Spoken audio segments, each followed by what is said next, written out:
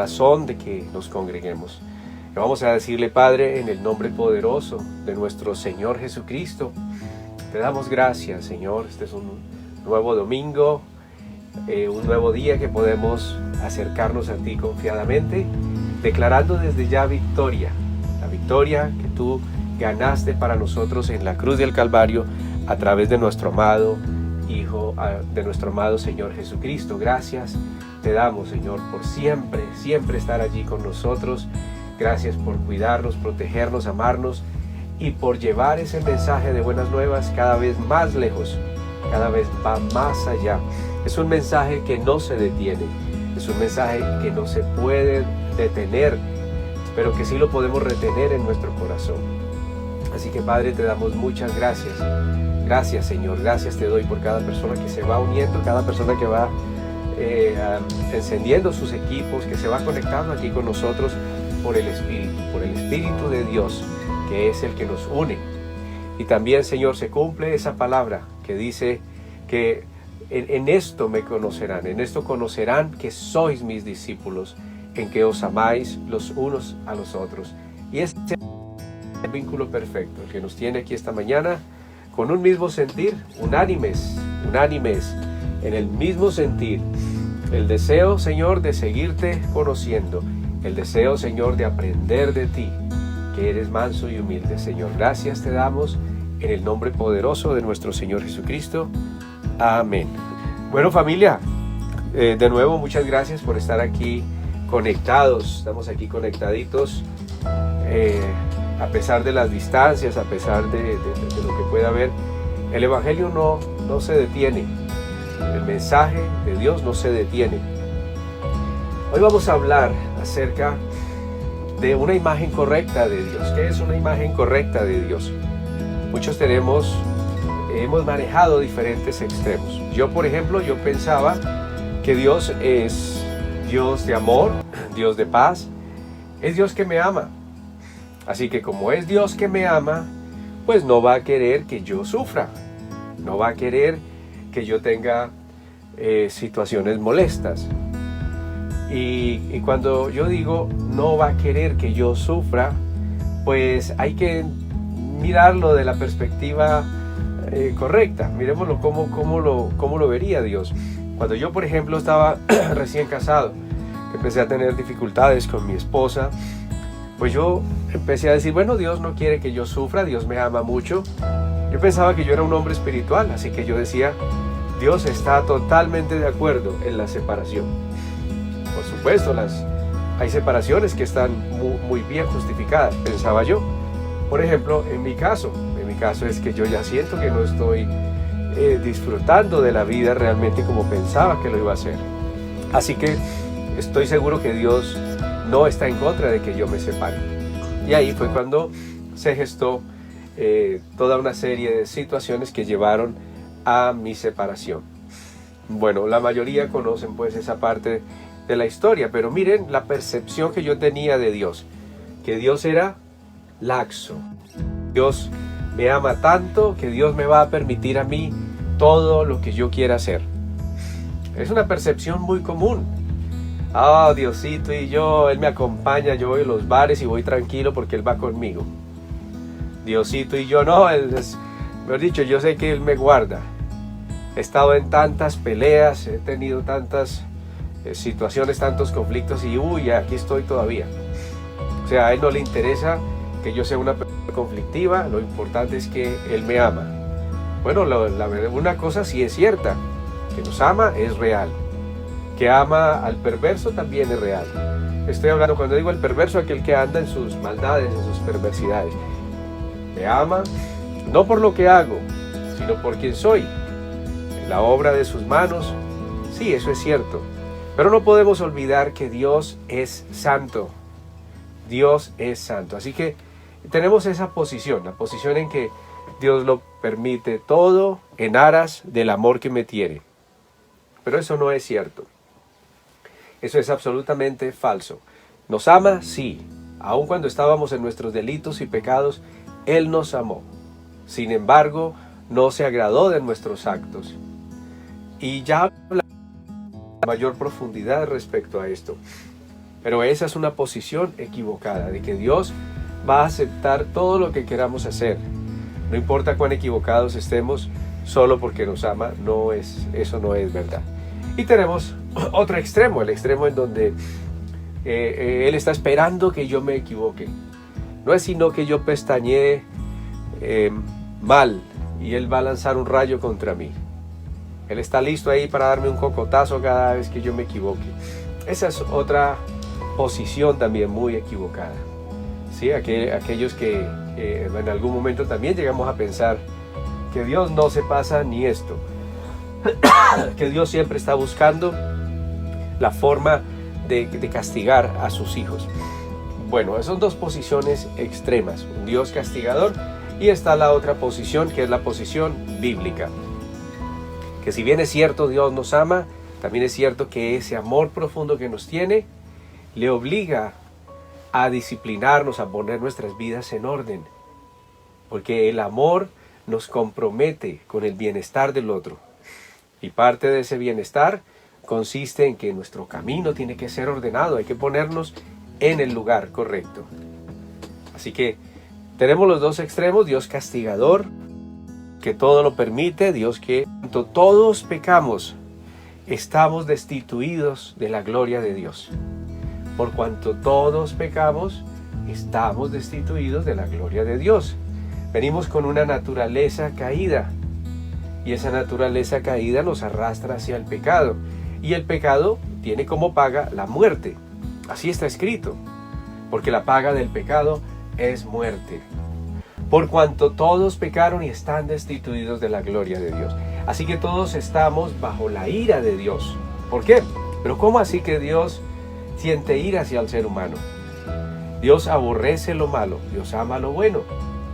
Por eso Él siempre nos está instando a que nuestros caminos sean enderezados, sean puestos en orden delante de Él. Pero que lo hagamos, no lo hagamos solo, que lo hagamos con Él. Porque todos estamos destituidos de la gloria de Dios. Un ser santo buscando cómo relacionarse con unos seres pecadores como nosotros. Así que el hecho de que Dios sea santo no quiere decir que Él nos haya, digamos, descartado, nos haya sacado de su testamento. Él hizo un pacto con nosotros. Pero vamos a hablar entonces del carácter de Dios. ¿Por qué estamos equivocados cuando lo vemos como un Dios castigador?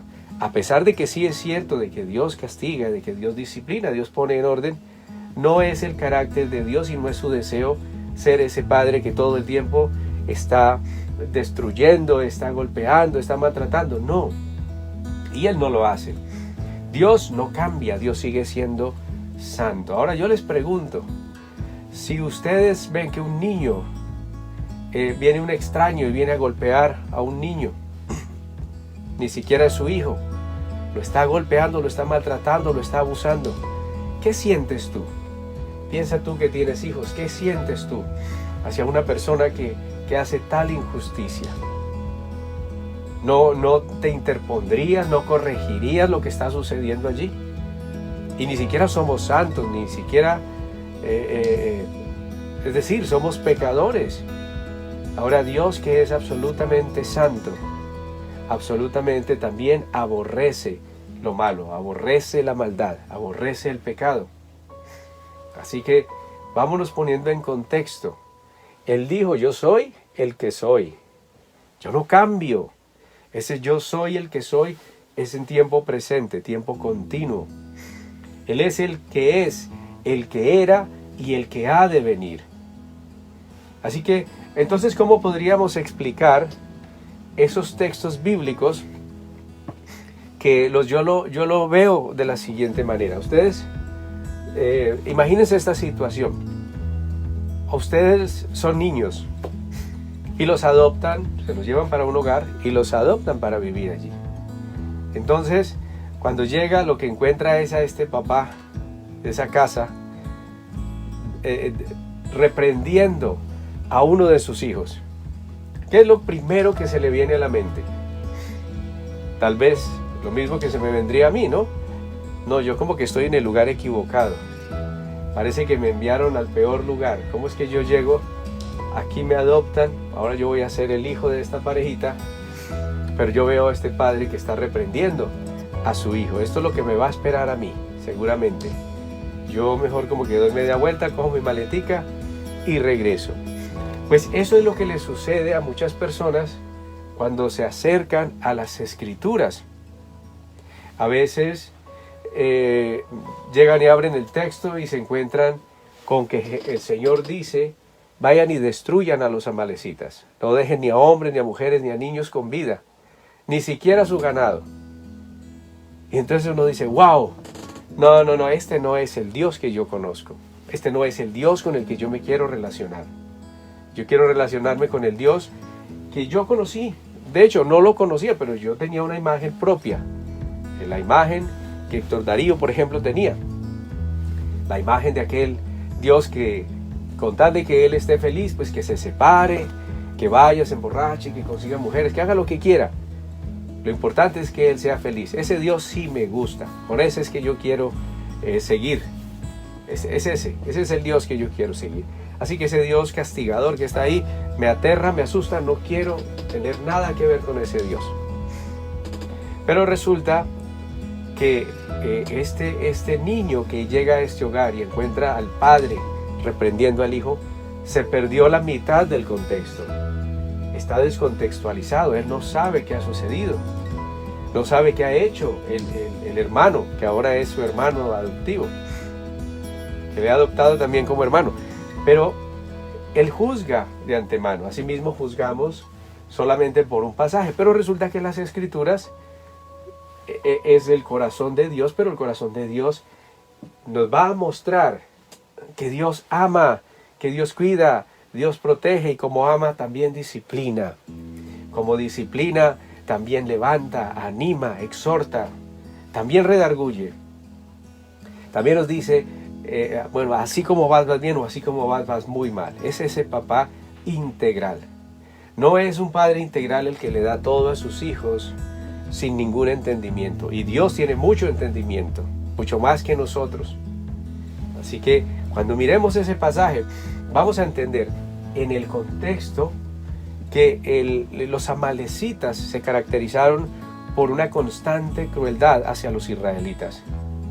Podemos ver allí como en Éxodo 17 narra que cuando, y en Deuteronomio, cuando ellos salen de Egipto, Dios los acaba de sacar de Egipto, y esta tribu empieza a atacar a los israelitas que están debilitados, tienen hambre, bueno, están pasando por el desierto, y sin embargo, viéndolos en ese estado, los atacan por la retaguardia. Y siempre estuvieron allí para hacer tropiezo para el pueblo de Dios. Y siempre Dios sabía que ellos siempre habrían de ser tropiezo para el pueblo de Dios. Por eso les dice, no dejes ni mujeres, ni hombres, ni niños. Y ahí entonces, ¿cómo poder entender que Dios también diga, maten hasta los niños? Y desde nuestra perspectiva muy corta, digamos, en entendimiento, nosotros lo primero que decimos en mujeres, ¿cómo se les ocurre? ¿Feminicidio? ¿Cómo puede ser? O niños, ¿cómo puede ser que Dios va a hacer algo tan terrible? Esa sería, en este tiempo, eso sería un escándalo. Es un escándalo ese tipo de pasajes. Pero como los pensamientos de Dios son más altos que nuestros pensamientos y sus caminos son más altos que nuestros caminos, ahí es donde entra de parte nuestra la confianza en la justicia santa, benigna, buena, agradable de parte de Dios, aunque no la entendamos en el momento. Así que este pasaje yo sé que le ha confrontado a muchos, seguramente incluyéndome a mí. Yo preguntaba ¿por qué? ¿Por qué esto? Aunque confiaba en que había alguna respuesta. Cuando al principio leí este pasaje, yo pensaba, bueno, yo meditaba, ¿qué ha sucedido? ¿Por qué Dios? ¿Cómo Dios? ¿Será el mismo Dios o hay algún malentendido allí? Pues resulta que ese pueblo, ya les había dicho, era un pueblo que siempre se opuso a la voluntad de Dios. La voluntad de Dios era sacar su pueblo de la esclavitud y llevarlo a la tierra prometida. pero ellos fueron obstáculo. Y cuando ellos se rebelaron contra el pueblo de Israel, cuando ellos los atacan por la espalda, los tratan de destruir, se están oponiendo al plan de Dios. El plan de Dios es salvar un pueblo que tiene una promesa preciosa, que va a bendecir a ese pueblo y va a bendecir la humanidad entera, porque a través de ese pueblo vendría el Mesías. Y si ellos hubieran destruido el pueblo de Dios, ese pueblo, pues eso sería como destruir el linaje, toda la ascendencia de Jesucristo mismo. Si ellos hubieran obrado en libertad, si el Señor no hubiera puesto freno, si el Señor no les hubiera dicho destrúyanlos, pues ellos habrían no solamente destruido a los israelitas, también el Evangelio no nos hubiera llegado a nosotros, tampoco hubiera llegado hasta nosotros. La salvación de la humanidad hubiera estado en peligro, mirándolo desde una perspectiva humana. Pero fíjese que los pensamientos de Dios son más altos que nuestros pensamientos y sus caminos más altos que nuestros caminos. Entonces, ¿qué veo yo allí? Allí dice el Señor a los hombres. La cultura amalecita, ellos eran paganos, ellos tenían prácticas paganas. Las tribus extranjeras diferentes del pueblo de Israel tenían prácticas como adoración a dioses, como a Baales, tal como Moloc, del cual hacían una figura de bronce y le ofrecían los bebés, sus hijos, se los entregaban en sacrificio. Esta era una figura de bronce que por debajo era un horno. Encendían ese horno y las manos de este Dios con D minúscula, las manos de él estaban al rojo vivo y ahí ponían a sus bebés, ofreciéndolos a estos dioses. Lo que estos amalecitas harían sería influenciar al pueblo de Dios hacia ese tipo de prácticas, abandonando al Creador, abandonando a aquel que los escogió como el pueblo a través del cual la salvación se manifestaría al mundo. El pueblo amalecita era un pueblo perverso, muy perverso. Los hombres y las mujeres ya estaban corrompidos con esas tradiciones. Los niños, en cambio, por ser niños, eran guardados por la presencia de Dios. Su inocencia les habría de permitir que al morir partirían a la presencia de Dios. Pero si quedaban vivos, estos niños iban a crecer, iban a adoptar las mismas prácticas paganas de sus padres, y al igual que sus padres, se habrían de perder. Y serían además un instrumento no solo de perversión, sino un instrumento que sería tropiezo siempre para el pueblo de Dios. Así que eso está narrado, pero cuando llegamos a ese versículo y no entendemos el contexto, entonces decimos, ese Dios no es real, ese Dios es contradictorio, ese no es el Dios de amor. Pues por amor, por el amor de Dios, era necesario que esos niños fueran salvos. Y uno dice, bueno, pero eran niños, sí, pero es que nosotros lo vemos en un plano limitado, como si ese niño su vida terminó allí. Pero esos niños fueron salvados a través aún de la muerte. Ellos fueron arrebatados al cielo, a la presencia de Dios, en donde no verán más corrupción, en donde no verán más maldad que seguramente habrían de experimentar allí con sus padres. Y hay un ejemplo de esto, de que como los caminos de Dios son mucho más altos que nuestros caminos. Y es el caso de una mujer que se congregaba en una iglesia donde yo asistía. Esta mujer tenía una hija única, y ella veía por los ojos de esta niña. No sé, creo que tendría entre 8 y 12 años, no estoy seguro. Pero esta mujer decía que si esa niña moría ya no sabría qué hacer, porque era su vida, esa era la niña de sus ojos. Pues resulta que en esos días la niña tiene un accidente automovilístico y muere. Un automóvil la atropella, ella fallece, y era una niña de Dios. La niña asistía a la congregación, era una niña que su corazón aún era inocente. Así que esta mujer empieza un tiempo de reclamar, empieza un tiempo de pelear con Dios por la situación.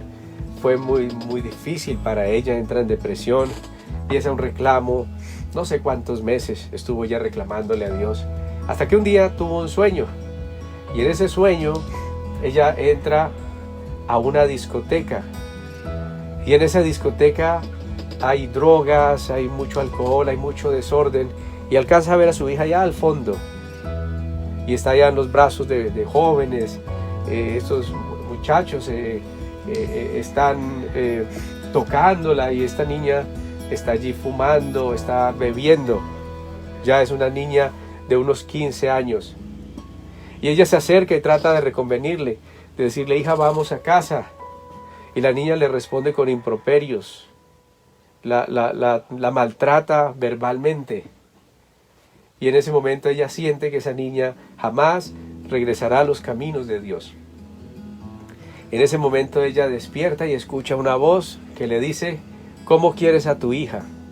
Y ella misma declara, gritando, dice: muerta, muerta, muerta. ¿Cómo puede ser esto? Claro, Dios piensa, Él va más allá que nosotros, Él conoce el panorama completo. Nosotros conocemos una pequeña parte. Así que lo que Dios estaba viendo era que esa niña, si no se la llevaba en ese momento, esa niña se iba a perder, jamás volvería a los caminos de Dios. Aún era una niña inocente, era una niña salva, era una niña que Él quería rescatar, no quería dejarla perder. Ahora la mujer tuvo paz y agradeció a Dios, porque lo último que tú quieres es que tus hijos se pierdan. Así que veamos allí en Éxodo 17:16. Ahí en Éxodo 17:16 el Señor nos da una buena explicación, aunque corta, es contundente, por qué Él ordenó esto contra los amalecitas. Él dijo: por cuanto la mano de Amalec se levantó contra el trono del Señor, el Señor tendrá guerra contra Amalec de generación en generación. No fue algo fortuito, no fue que Dios miró con malos ojos a ese pueblo y dijo: no, a esta gente no me gusta, no me gusta, son muy oscuritos o son muy blanquitos. No, hay una razón de ser. Cuando Dios permite algo, cuando Dios hace algo, aunque nosotros no lo entendamos, siempre está detrás de ello la justicia perfecta, llena del amor de Dios. En medio de esto, ese pueblo tuvo oportunidad de arrepentirse seguramente, pero Amalec se levantó, y no se levantó contra el pueblo de Israel.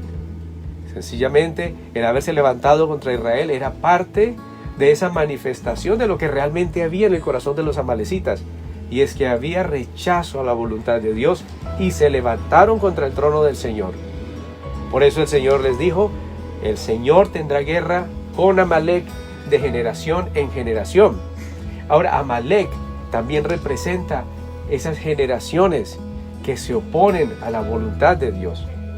Ahora, no vamos a pensar entonces que Dios es un Dios autoritario y caprichoso, que a las tribus o a los países que Él quiere destruir los destruye porque sí. No.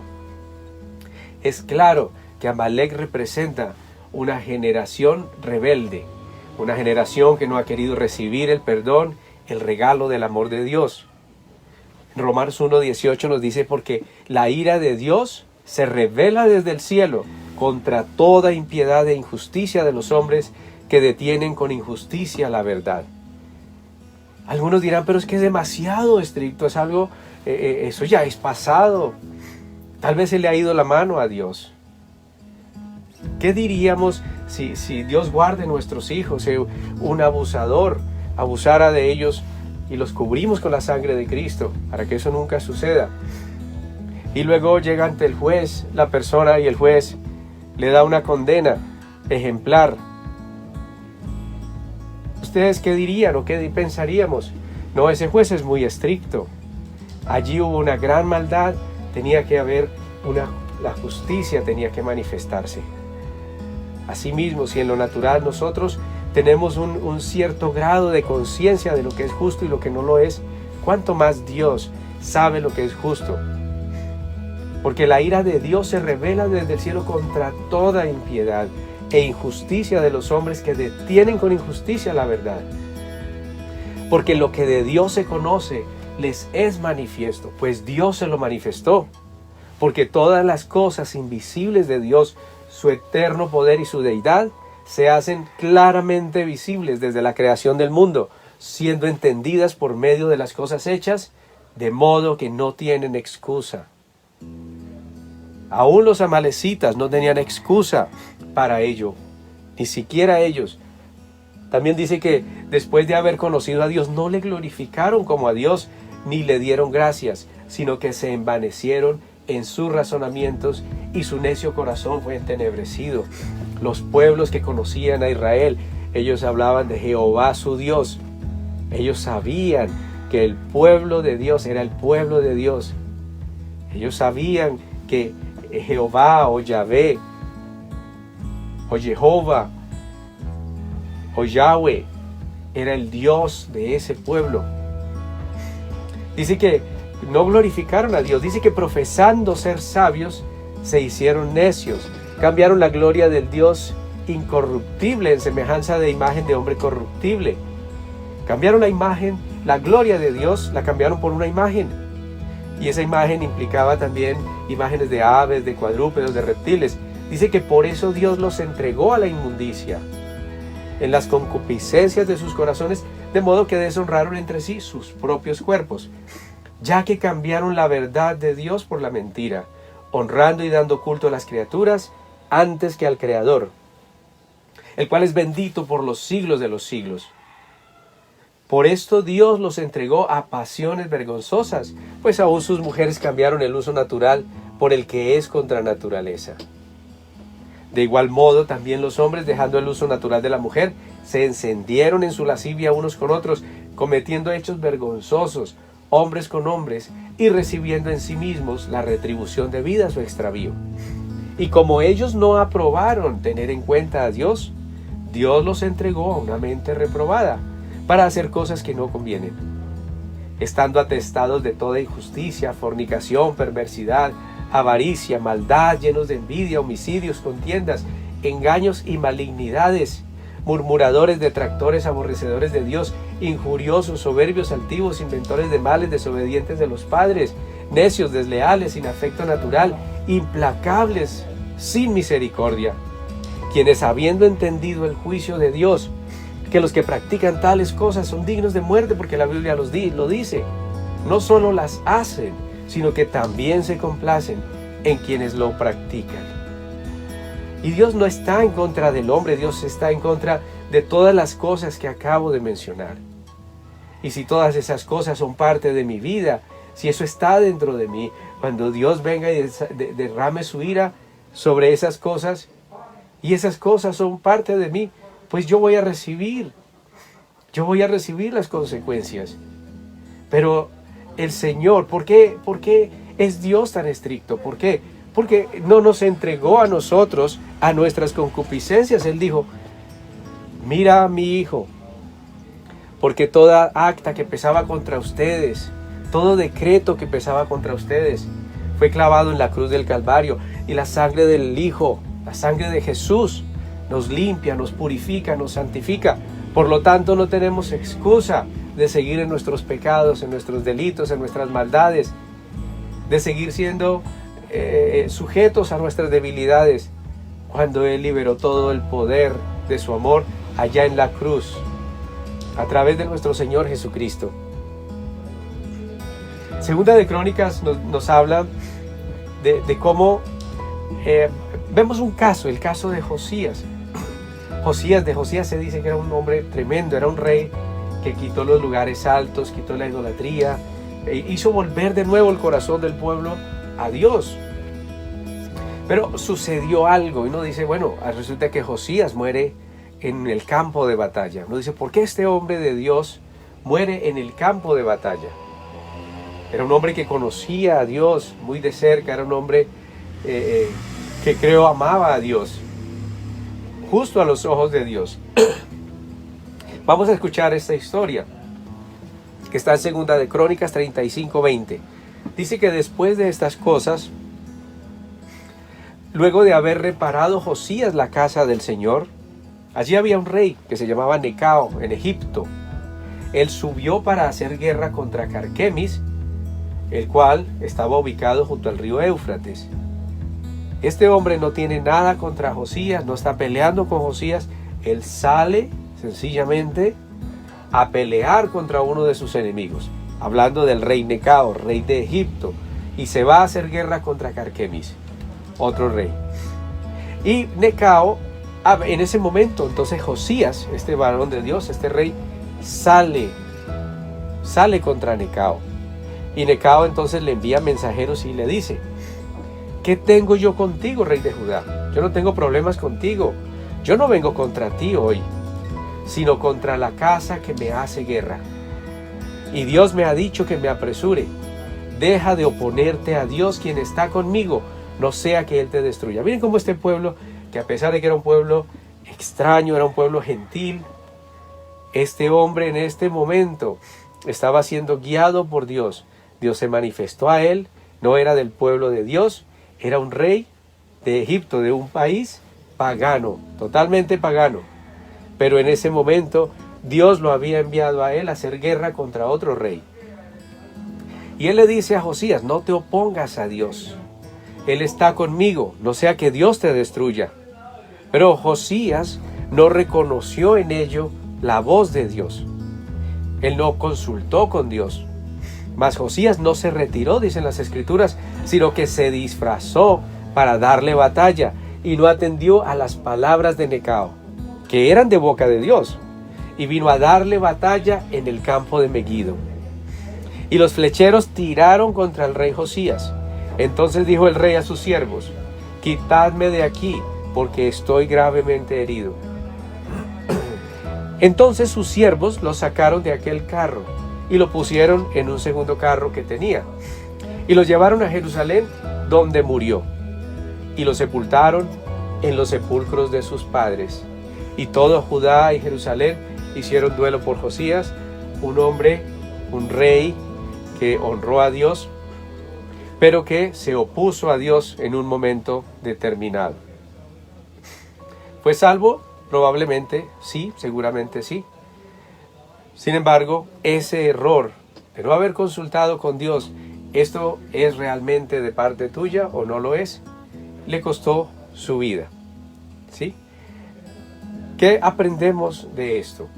Josías tenía más responsabilidad que el promedio, porque Josías conocía a Dios.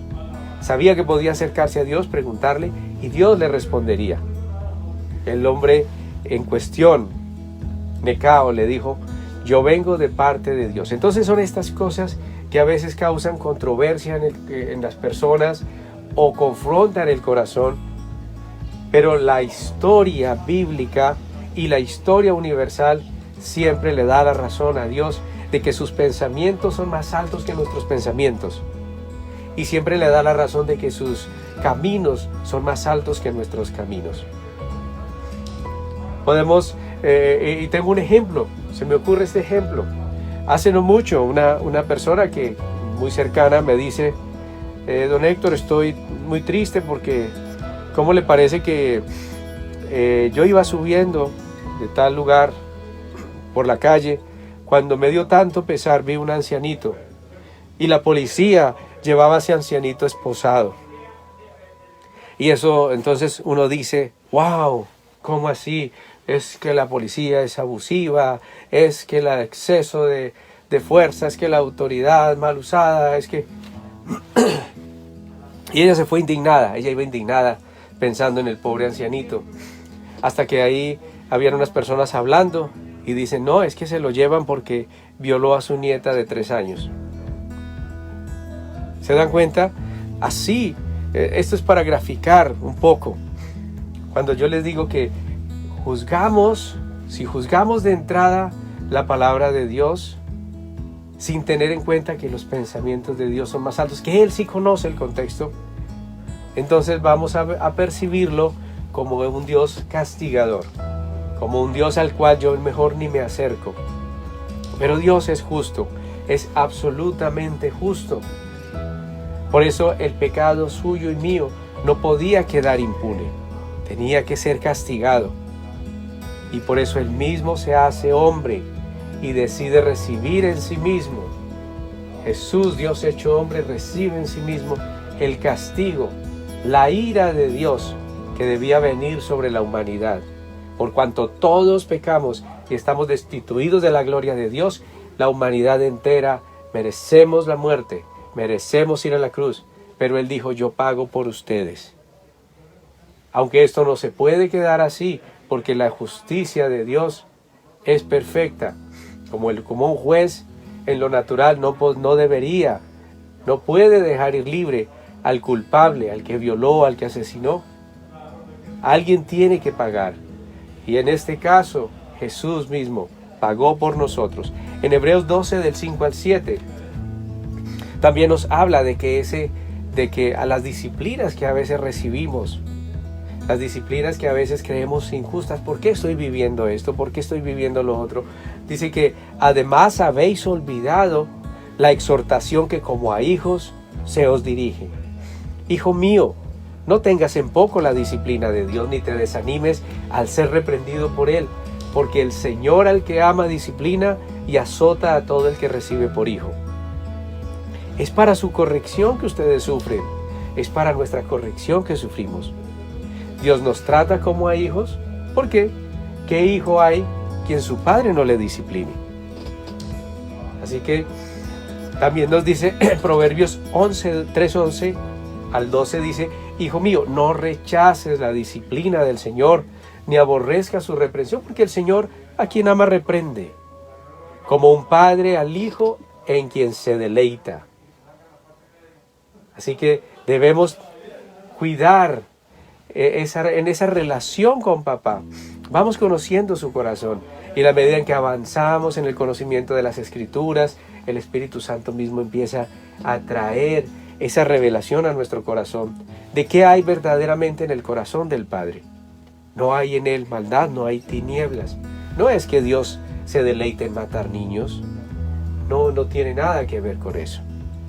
Hay que mirar un poco más allá. Pero ¿cómo es mirar más allá? Es mirarle a Él. Y al mirar su rostro, vamos a poder percibir en Él esa dulzura, esa transparencia que le caracteriza. Así que vamos a leer allí Deuteronomio 8:11. Por eso nos exhorta, dice, cuídate de no olvidarte del Señor tu Dios para cumplir sus mandamientos y decretos y sus estatutos que yo te ordeno hoy. ¿Por qué? Porque al seguir la voluntad de Dios, al escuchar cuál es su voluntad y al convertirnos en hacedores, pues Él como Padre va a poder bendecirnos. Ustedes saben que aún en la disciplina podemos percibir el amor de Dios, y mire que Él lo manifiesta. Miremos allí, por ejemplo, en Amós 4. En Amós 4:6 dice lo siguiente, dice, yo hice que pasaran hambre en cada ciudad y que hubiera hambruna en cada pueblo. ¿Y por qué? ¿Cómo le gusta que la gente aguante hambre? ¿Cómo le gusta que la gente pase mal? Pero luego nos dice por qué lo hizo. Hice que pasaran hambre en cada ciudad y que hubiera hambruna en cada pueblo. Pero aún así ustedes no se volvieron a mí. Imagínense que es el Dios de los cielos, el creador del universo, de ese universo infinito. Y nos dice, es que yo lo permití porque esperaba que a través de eso ustedes levantaran su mirada y me miraran a mí y aprendieran a depender de mí y solo hubieran abierto sus labios, y entonces yo les hubiera dado abundante provisión. Yo detuve la lluvia cuando sus cosechas más la necesitaban. Mientras nosotros aquí maldecíamos, allá estaba Dios con otra intención, una intención que no podíamos entender. Hoy maldecimos la tierra, decimos esto no da nada, el campo no sirve para nada, eso no vale la pena, no pierdan el tiempo con eso. Y el Señor nos dice, yo detuve la lluvia cuando sus cosechas más lo necesitaban. Envié la lluvia sobre una ciudad, pero la retuve en otra. Llovió en un campo mientras en otro se marchitaba. La gente deambulaba de ciudad en ciudad buscando agua, pero nunca había suficiente. Pero aún así, ustedes no se volvieron a mí, dice el Señor.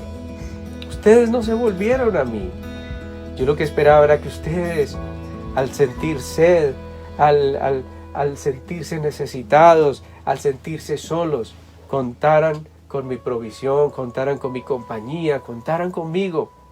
Pero no quisieron. Así que tuve que permitir otras cosas. Luego arruiné sus cultivos y viñedos con plaga y moho. La langosta devoró todas sus higueras y todos sus olivos, pero aún así ustedes no se volvieron a mí, dice el Señor. Les mandé plagas como las que envié sobre Egipto hace tiempo. Pero ellos no percibían allí que realmente Dios lo que quería era que ellos, en medio de sus angustias, en medio de sus afugias, en medio de sus temores, ellos vinieran y entonces hallarían respuesta. Maté a sus jóvenes en la guerra y llevé lejos a todos sus caballos. El hedor de la muerte llenó el aire, pero aún así ustedes no se volvieron a mí, dice el Señor. ¡Qué dureza de corazón!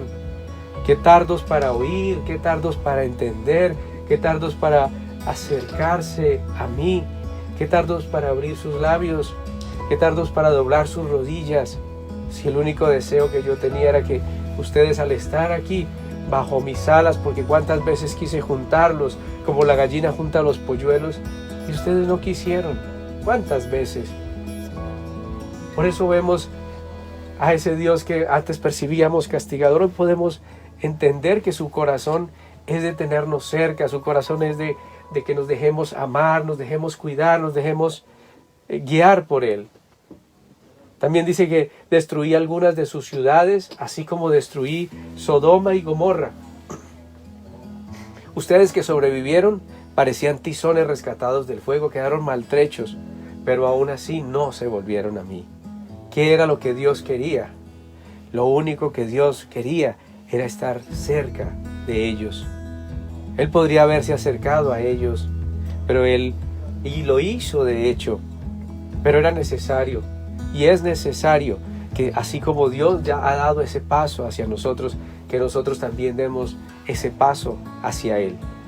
Por lo tanto, dice allí, yo traeré sobre ustedes los desastres que he anunciado, pueblo de Israel. Prepárate para encontrarte con tu Dios ahora en juicio. Pues el Señor es quien formó las montañas, agita los vientos y da a conocer sus pensamientos a la humanidad. ¿Qué Dios como nuestro Dios, que abre sus pensamientos y nos lo pone al frente, los deja plasmados allí en la palabra, en la Biblia? ¿Qué Dios como ese? ¿Y todo por qué? Porque desea que nos acerquemos. Dice que Él convierte la luz del amanecer en oscuridad y marcha sobre las alturas de la tierra. El Señor de los ejércitos celestiales es su nombre. Ese es el verdadero Dios, ese es el Dios bíblico. No el Dios castigador, no el Dios laxo, es el Dios justo, pero que la justicia de Él no la aplicó directamente sobre nosotros, sino que a través de su Hijo Jesucristo hizo justicia en Él, para que hoy fuéramos vistos a sus mismos ojos, presentados delante de Él, como si fuéramos nosotros los justos, justificados por el derramamiento de la sangre de nuestro Señor Jesucristo. Así que veámoslo desde la perspectiva correcta. Hoy el Señor nos ha dicho, no soy castigador porque quiera castigar. Como cualquier padre que ama, yo necesito poner tu vida en orden. Ya muchas veces te he llamado, muchas veces te he dicho, acércate a mí. Pero tú te has sumergido en tus problemas, te has sumergido en tu soledad, te has sumergido en tu angustia, tal vez en tu depresión. ¿Por qué no te has vuelto a mí? ¿Por qué no has levantado tu mirada si lo único que yo anhelo es que tú puedas disfrutar de la gloria de Dios, de la plenitud de Dios? Y es que tú puedas ver a Dios obrando en cada aspecto de tu vida. Es lo que Dios quiere. Volveos a mí, volveos a mí, volveos a mí, y yo me volveré a ustedes. No es que los quiera castigar, es que les amo más que mi propia vida. Por eso Jesús vino y dio su propia vida. A mí nadie me la quita, dijo. Yo la doy por ustedes. La doy de mi propia voluntad y tengo poder para volver a tomarla. Pero les amo tanto porque de tal manera amó Dios al mundo que dio a su Hijo, para que todo aquel, ese Hijo unigénito, para que todo aquel que en Él creyese, no se perdiera, mas tuviera vida eterna. ¿Será Dios castigador? Dios es Dios de amor. Los hechos lo demuestran. Cuando un padre ama a su hijo y lo disciplina es porque lo ama. Yo a los hijos que no son mis hijos, yo no los toco ni me acerco, y probablemente puede ser que ni me interese darle un consejo. Pero mis hijos los amo, los corrijo. ¿Por qué? Porque yo los creé con propósito, nos dirá el Señor. Y mis hijos nacieron con propósito, y por eso yo tengo que formarles, mostrarles el camino, aunque ello implique disciplina, corrección, pero todo esto revestido de un manto de amor. Así que vamos a darle gracias a Dios porque ha querido manifestar sus pensamientos, los ha dejado allí plasmados, y hoy podemos decirle: Señor, gracias te damos, Señor, gracias porque hoy puedo entender que todo lo que he vivido ha sido, y todo lo que viva será necesario dentro de tu maravilloso plan de salvación. ¿Salvación de qué? Salvación del pecado, salvación de estar lejos de ti una eternidad. Gracias, Señor, tu deseo, tu anhelo y tu empeño ha sido en sacarme de las tinieblas, en sacarme del fango cenagoso, y eso ha implicado, y eso ha dolido. Pero, Señor, tú no me creaste para perdición, tú me creaste para salvación. Y hoy te doy gracias, Dios. Ya no te veo como un Dios castigador. Ya veo un Dios que aún se duele del castigo y que no me disciplinará más allá de lo que necesite, pero tampoco menos.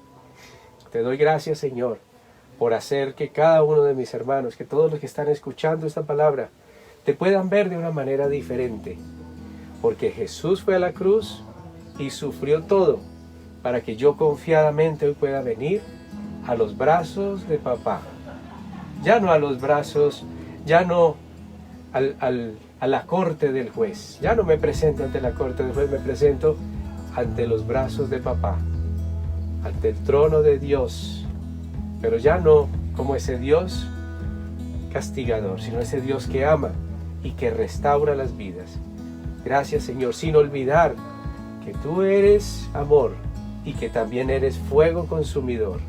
Gracias por colocar en nosotros también ese temor reverente que nos permite procurar siempre guardar ese lugar de intimidad contigo, ese lugar en donde somos restaurados, santificados, limpiados, en donde somos llenos de sabiduría, en donde somos ungidos para llevar el mensaje de buenas nuevas de salvación.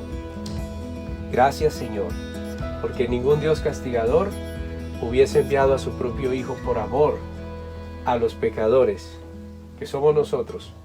Jamás nadie lo hubiese hecho. Pero tú, Señor, que sí nos amas verdaderamente, ese Dios verdadero, Dios de amor, diste lo más preciado para que nosotros hoy pudiéramos acercarnos en confianza, Señor. Y es lo que hemos hecho esta mañana delante de ti. Te damos gracias, Señor, y oramos que tu protección, que tu unción, que tu Espíritu Santo siga con nosotros, guiándonos, enseñándonos, moldeándonos y cambiando, Señor, toda perspectiva equivocada que tengamos de ti, Señor. Te lo pedimos en esta mañana, en el nombre poderoso de nuestro Señor Jesucristo. Amén y amén.